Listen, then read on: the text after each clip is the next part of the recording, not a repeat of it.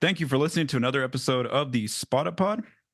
So, since I last recorded a week ago, the San Antonio Spurs had completed 2 regular season games. The season had just started. So, since then, I want to go through a rundown of the last 4 games for the Spurs that they played in this past week. Do a quick little rundown here. All right, so let's go back to a week ago on Monday. The Spurs lost by 5 to the Houston Rockets. It was the second game against the Rockets in San Antonio, where the Spurs won that first meeting. Then they lost the second meeting by 5. Houston was favored by 2.5 in this game. So this Houston led pretty much all the entire game. They did lead by as many as 21 points, but the Spurs did fight back and get the game down to crunch time. But Houston still held on for the 5-point win. Then we go on to Wednesday. The Spurs are on the road at OKC, and the Thunder win this game by 12 points. The Thunder were favored here by 12.5 points.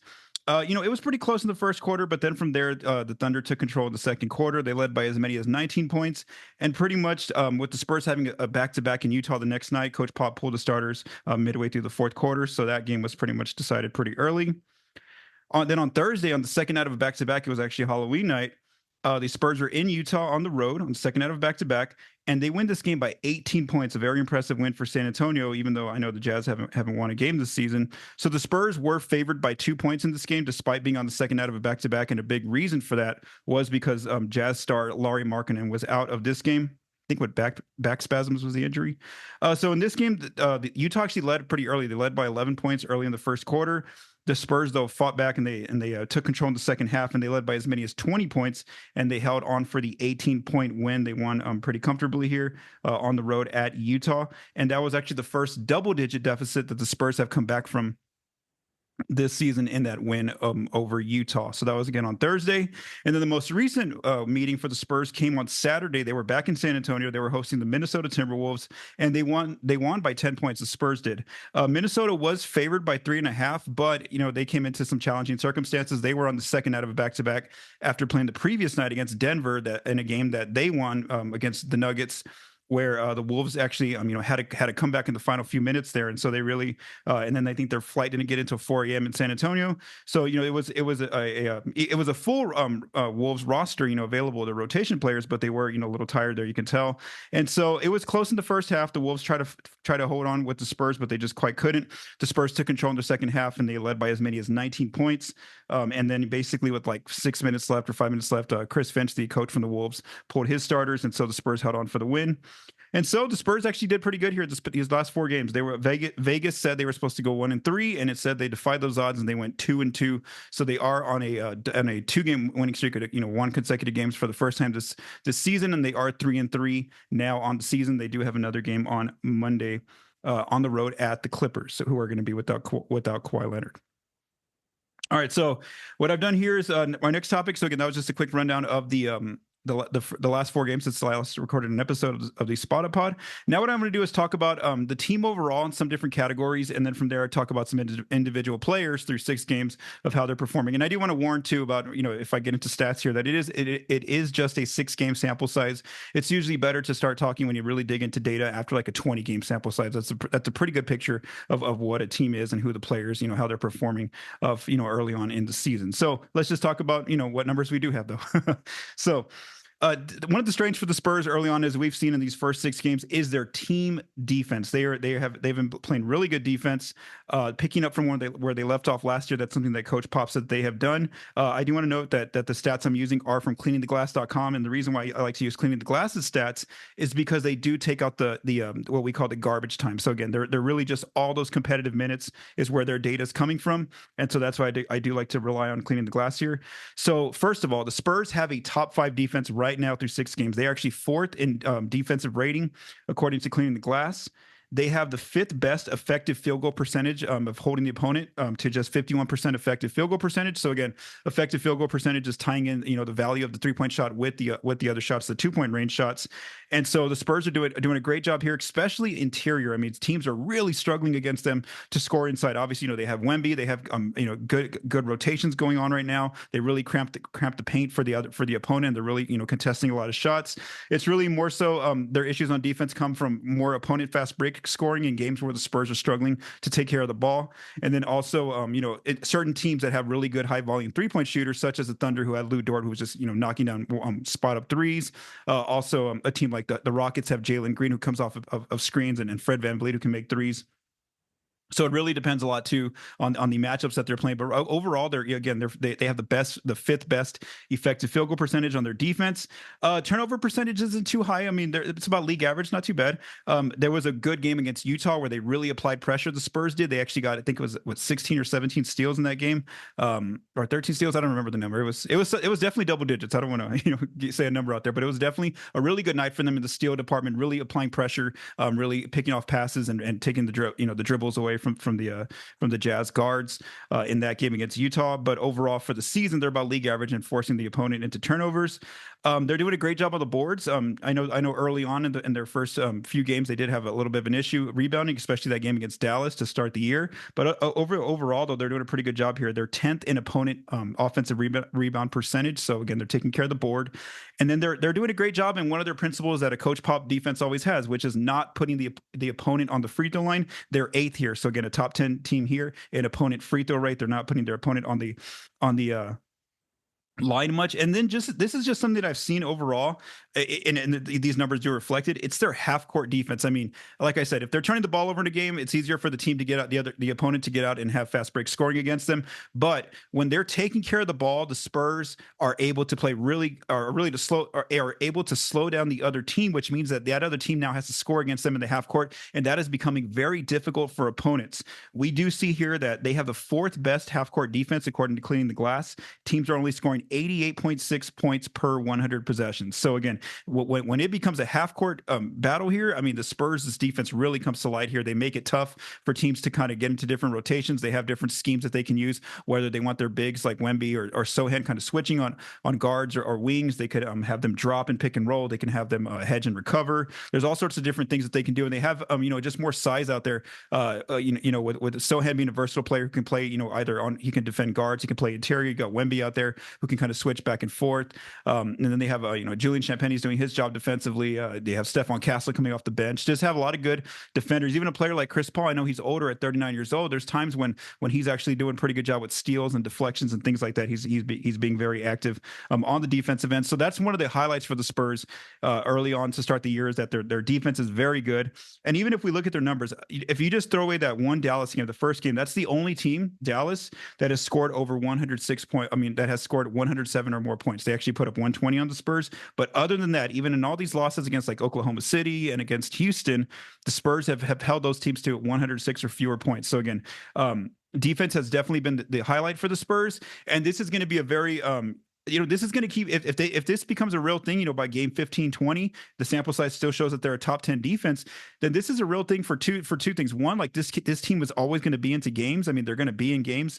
It's not going to be easy to defeat them on a nightly basis. And then two, this is going to definitely help Wemby's defensive player of the year candidacy, because that's one of the things, that was one of the knocks last year why Rudy Gobert won the award. It's like, when you look at the Spurs' overall defensive numbers, I think they were like 21st. And so now, the voters aren't going to have anything to say against Wemby if he's putting up these defensive stats that he's doing, plus he has a top 5 defense now. So again, that has definitely been one of the early signs for the Spurs, is that their defense is very good. They're really picking up communication wise, rotation wise, where they left off last year. Like I said, if a team gets into the half court battle with the Spurs, they are having a tough time scoring the basketball against them. So now that I talked about the really good stuff, which is the defense for the Spurs, if you've been watching the games, you know that offense has kind of been the opposite for the Spurs. They really had a tough time on the offensive end. Just again, based on numbers that we see right now, I know that Devin Vassell is going to make his return to the team pretty soon here, which he should help in different areas. But first, I just want to talk about what the team looks like right now without Vassell, and this is what we see. So they have the 27th ranked offense according to Cleaning the Glass, only scoring 107.3 points per 100 possessions.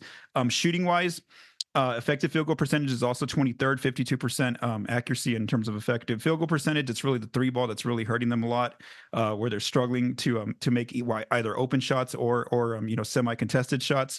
So the 3-ball is definitely a huge issue for them, and that's the reason why teams get to cramp the inside for them, where they can throw doubles or triples at Wemby. They can kind of rush. They basically play off a lot of the Spurs' shooters or players that are out on the perimeter.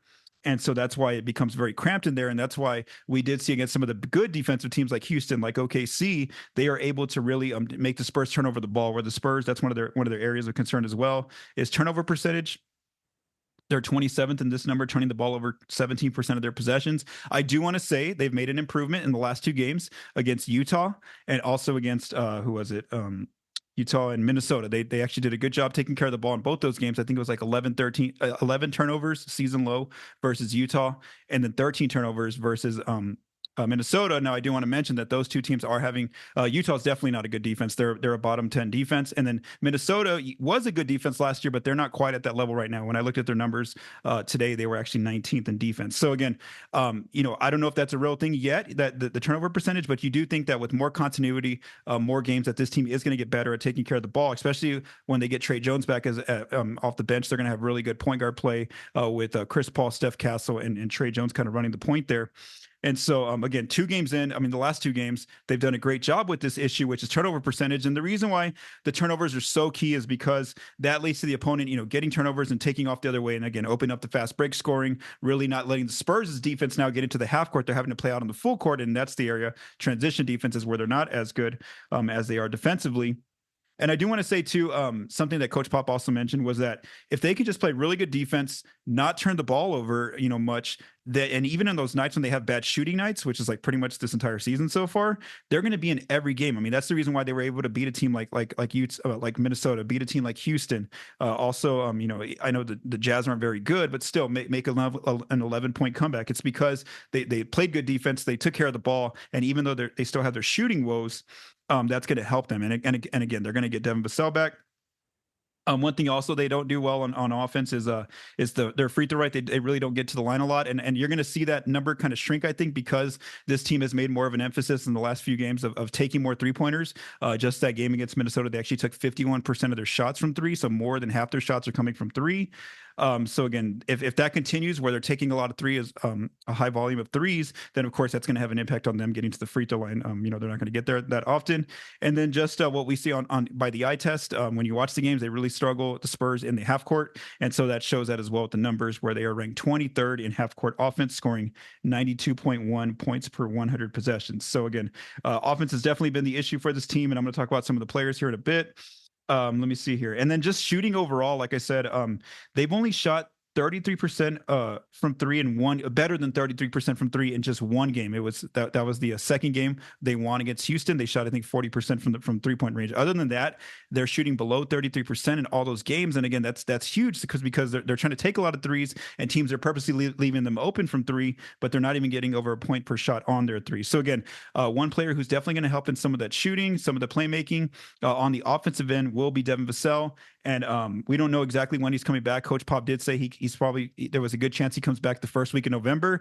As I looked up the injury report on Sunday evening, when I'm actually recording this, Vassell is still out for that game against the Clippers on Monday night. So again, maybe he makes his return Wednesday at where are they at? They're on the road somewhere. Houston. Okay, they're at Wednesday. They're on the road at Houston. Thursday, they return to San Antonio against the Portland Trailblazers. So I think maybe that's probably the better chance of where Vassell plays Thursday. Or if not, Saturday, they're also at home. I forgot who they play, but they have a home game. Oh, the Jazz. So again, if everything goes well for Vassell, and it goes according to what Pop said, that he should be back the first week in November, then again, there's 3 games after the Clippers game this coming week where maybe they get Vassell back, and of course he's going to help out the offense a little bit. But some of these other players who are struggling to shoot the ball, that's just the Spurs. That was one of the things that a lot of the players talked about was really working on their shot on the off season and really trying to see where that goes. And obviously early on in the season, it's not quite where maybe that they were projecting that it would go. All right, so now I want to talk about a few of the starters for next topic here. And so again, not getting too much into the weeds here of individual stats. I'm just going mainly off base stats because again, I want to let the players get more than like 100 shots before I start looking at shot data and things like that.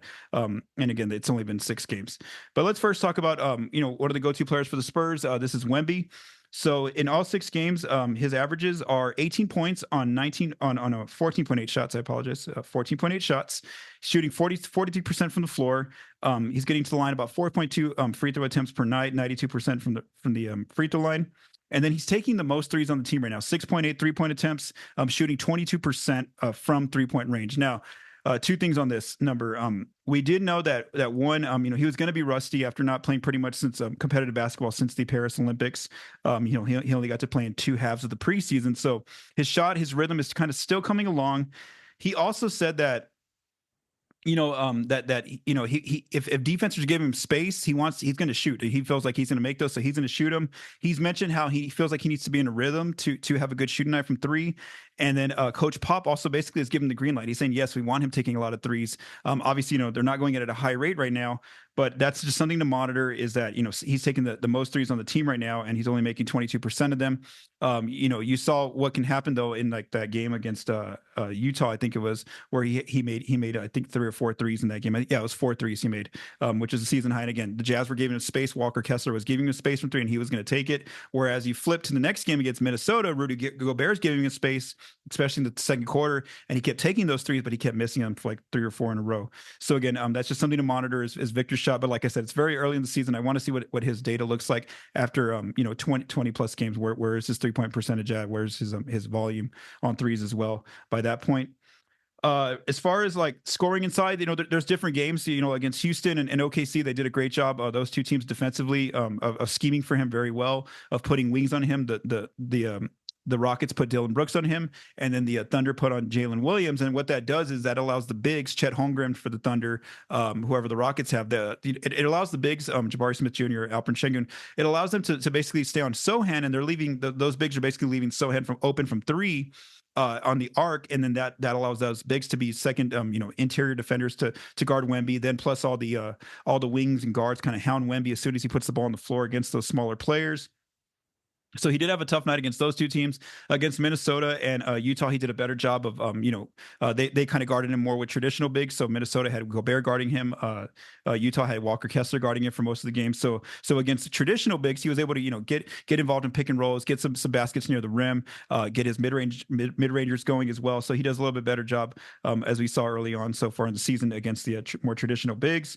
He's also grabbing 9.8 rebounds per game. He had a 20 rebound night already this season. 1 steal per game, and then 3 blocks is his average right now in 31 minutes. And then he's also collecting three assists to about 3.5 turnovers. And then, of course, one thing I want to talk about is his 5x5 game. He already has accomplished that in just his 5th game of the season. When the Spurs were on the road on the second night of a back-to-back, he follows up a pretty rough game against OKC where he scored a career low 6 points against the Thunder. He comes back the next night against Utah and almost puts up that 5x5 in 3 quarters. I remember at the end of the third quarter, all he needed was 1 steal and 1 block to get the 5x5 officially. And sure enough, he did it in the 4th. So he ends up with 25 points, 5 blocks, 9 rebounds, 7 assists, and 5 steals in that 5x5. So again, Victor's kind of still getting into a rhythm. He's not quite at that level that he finished at last season, and of course, teams are definitely scheming for him. So we'll see again how much. I'm interested to see how much that his 3-point volume stays that high at 6.8 attempts, and also does his accuracy start to improve a little bit, because right now, like I said, it's pretty rough there at 22%. Next player I want to talk about in the starting lineup is Jeremy Sochan. So he's off to a good start here, like I mentioned last week. He's scoring 17 points a night, 13.8 field goal attempts. He's shooting 51% from the floor. And the reason why his field goal percentage is really good is because he's doing a great job of shooting near the rim. A lot of his attempts, like I've said before, he scores almost nightly. He's scoring in double digits in the paint. And that's because the Spurs are no longer, making him be the point guard. He's able to, set picks for teams, for guards and wings. He's able to crash the offensive glass, kind of be a cutter, do a lot of screening action, things like that, and that's getting him open looks. And even Wemby's done a great job of finding him with alley-oops and things like that. And of course, Chris Paul and his connection has also been really good as well. So he's doing a great job of just, when he's off the ball, trying to score near the rim when he does take shot attempts. One thing the Spurs have done is, as I've seen multiple times, is to try to keep what I said earlier about how the bigs like to stay on Sochan, and they purposely leave him open from 3. So the Spurs are trying to get Sochan involved in actions. They're making him set a lot more screens, a lot more pick and rolls. That way he can be involved, and that way he gets his defender moving, and that player is not just constantly just camped out in the paint waiting for the Spurs, just waiting at the rim just to shut something down. He's also getting fouled a lot, getting 4.2 free throw attempts per game, making 68% of them with the one-handed free throw form. The 3 ball, again, that's kind of the shot that, like I said, the defenses aren't scared of it yet. They're still leaving him open. He's averaging 1.8 3-point attempts per game, and he's making 27% of them. So again, that's not a shot he's going to go to unless he's absolutely has to in a possession. He's played about 32 minutes a night, 8.5 rebounds. He has had a few double-digit rebound games, and then 1 steal per game. And then offensively, and then in terms of ball movement, 3.3 assists to 2.3 turnovers. And then I do want to note how he had a 22-point night against Houston. But like I said, Jeremy's definitely that versatile defender the team really relies on. Where some games, he's guarding more bigs, and then other games he's switching onto a different kind of guards and wings and players like that. So that's Sochan, who's off to a good start to the season. One thing about Sochan too, I forgot to mention this. I do want to see what his numbers look like once Vassell returns, especially on the offensive end, because now that's another high volume shooter who's going to be out there, kind of has more playmaking ability for the Spurs. So I do want to see if Sochan's numbers take a little bit of a dip offensively in terms of the attempts. I think his accuracy will still be good because again, like he shoots a lot near the rim. But that's one thing I am interested to see once Vassell makes his return to the team. Next starter I want to talk about is Chris Paul, who's had a good start to the year here for the Spurs. 11.7 points right now, double digits in points, shooting 8.3 shot attempts per game, and making 50% of his shots. So again, an efficient shooter right now. 5 3-point attempts. So again, higher volume for the Spurs, and then he's making 47% of his threes. So he's doing a great job there. And then doesn't get to the foul line much. As far as minutes, 29 minutes per game, 4 rebounds and 1 steal. And then his assists to turnovers are really pop out here. 8.7 assists to 2.2 turnovers. And he actually had 2 double-doubles in recent games, where against Utah, he finishes with 19 points and 10 assists. And then against Minnesota, he ends up with 15 points and 13 assists. So what I'll say about Paul is that he's really, like I said, the 50% really sticks out to you, his shooting percentage right now. He's doing a great job. He's getting more comfortable in the offense, where, like I've written before on the Spot Up Shot, if you go read the newsletter, it took him a few games, but it almost feels like he's kind of sensed that, oh man, like this team, they go through these major dry spells on the offensive end where they cannot score a bucket. They go through these lulls. And so I feel like he almost like senses that at times in games when he feels like, yeah, he needs to get more aggressive scoring the ball. And so he'll purposely, look for his mid-rangers. Those shots are going in right now at a good rate. He'll go get his mid-rangers. He's not afraid to shoot the 3 ball, especially if it's like a spot-up 3 that's open. He's also taken some pull-up 3s whenever the defense goes under on his screens. Like we see here, he's taking 5 3-pointers a game and making 47% of them. And then just something that, like, you can't quantify in the data, but one thing you see is just how he calms things down, like where they might be leading by 12 points and in the fourth quarter, they just got to make it to the last, to not let the game get into crunch time. And so Chris will kind of just slow things down, run out the clock on certain possessions and kind of get one last shot with like 5 seconds or 8 seconds left. So that's one thing you see from him. Obviously, they've won a game in crunch time, then they've lost one with him out there. But again, he's done a great job of that veteran presence of constantly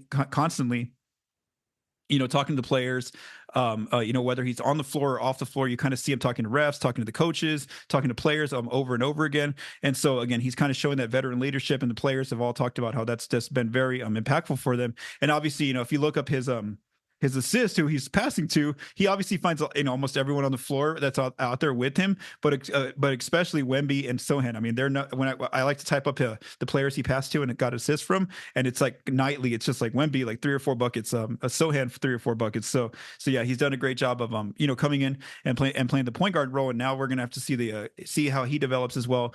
Starting to find Devin Vassell out on the floor whenever Vassell makes his return to the lineup. So again, Chris Paul's had a good start to the season, and then the last starter I want to mention is Harrison Barnes. He's averaging double-digit points as well, 11.7 points on 7.8 field goal attempts, making 55% of his shots as well. 3.3 3-point attempts. So again, not a high-volume shooter is Harrison Barnes, making about 40% of his threes though. So an accurate shooter.